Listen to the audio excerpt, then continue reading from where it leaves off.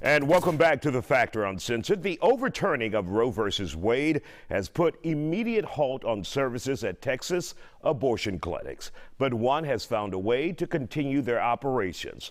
Whole Woman's Health is currently in Austin, but there are plans to move that clinic from Central Texas to the New Mexico border. My next guest didn't agree on this issue worth a damn. Let's get to them. Lady McCallum, obviously, we saw Roe versus Wade happen, bringing an end to abortion. When we have clinics moving from Texas to another state to continue operation, is that good news, bad news for women? What? It's bad news. Now, listen, this is not going to stop abortion. Nothing is going to stop abortion. Moving it out of state is only going to make it harder for women to get safe abortions. It's going to restrict access to getting a safe and sound abortion. That's it. We just had a case in, I believe, Ohio, where a 10-year-old was raped, and she had to leave the state to get an abortion. A 10-year-old. This is the kind of situations that we're going to get into. I have a friend who had an ectopic pregnancy. That would kill you. That will kill a woman. She has to get an abortion. Now, in the state of Texas, she's not allowed to. So we're literally telling her that she has a choice to die or go to a different state to have an abortion. This is absolutely ridiculous. 61% of Americans, 61% of all Americans believe that abortion should be safe and accessible. So what's the problem here? Where is this coming from? Why does this keep happening? And why do mainly men in this country who are running the government, who are in the Supreme Court, get to decide based on their religious beliefs how women should behave, what they should be doing with their bodily autonomy? I don't understand this. I just don't understand it. It's going to make it difficult. It's going to make it impossible. These are factors that people don't take into account. And then also you have to take into account murder rates. Now, the number one murder cause for women who are pregnant is their spouses or partners. The number one reason pregnant women get murdered is their spouses or partners. Now, think about that. When they don't have access to abortion, what is the men going to do? They're going to kill their partners. This is a really cycle quick, of Lady abuse. McCallum, let's bring in Tex Christopher here, a conservative who has been pushing, and he, in fact, had a lawsuit that was crucial in getting the Roe versus Wade overturned. So, Tex, hearing that now the abortion clinic is moving from Austin to New Mexico, the state line, your thoughts on that? Good news, bad news for you?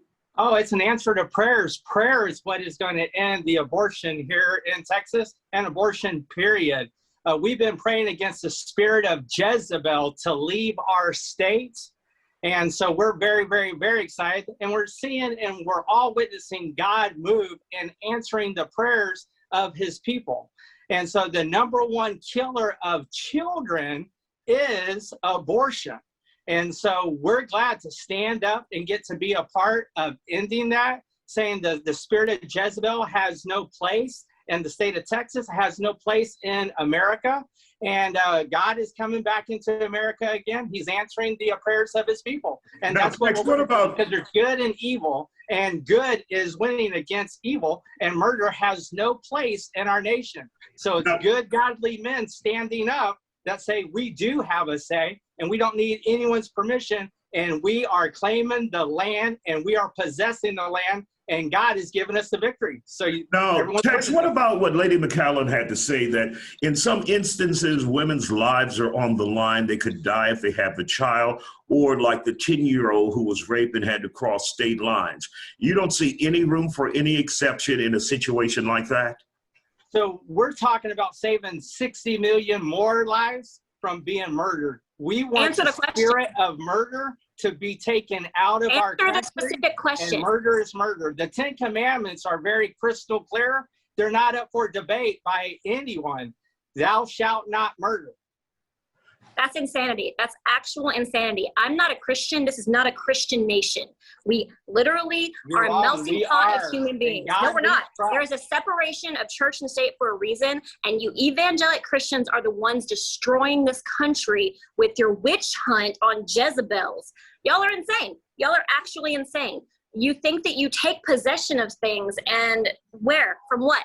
What are you taking possession of, sir? And you didn't answer the question. What about the 10-year-old that was raped, that had to leave state lines? Answer the question. Do you think she should be forced to carry a child that she was raped? Probably has no idea what that even entails. Doesn't even understand that she's pregnant. She should be forced to carry a child at 10 years old? They could probably she kill shouldn't her be small, forced. tiny body. Go ahead, So she Tex, shouldn't answer, be Tex. forced. Are you calling Tex, her really a quick. Jezebel? Yeah, One sure. second, So- Tex, answer that for us. What Yeah, about sure, I that am. 10-year-old? So she should not be forced to murder that child that's inside of her. So she can go ahead and give birth, and that child can be placed for adoption if she A chooses not 10-year-old's to have body it. cannot So handle this a is pregnancy. something She good will that die. can come out of evil. But She's something 10. evil, I'm speaking, something evil that was done against her, two evil things don't make right. So she there's should die. still So life. she should So die. life is good. Life No, is good. a 10-year-old will Death is die. bad. A Life 10-year-old is cannot good, carry a death is bad. child. She will die.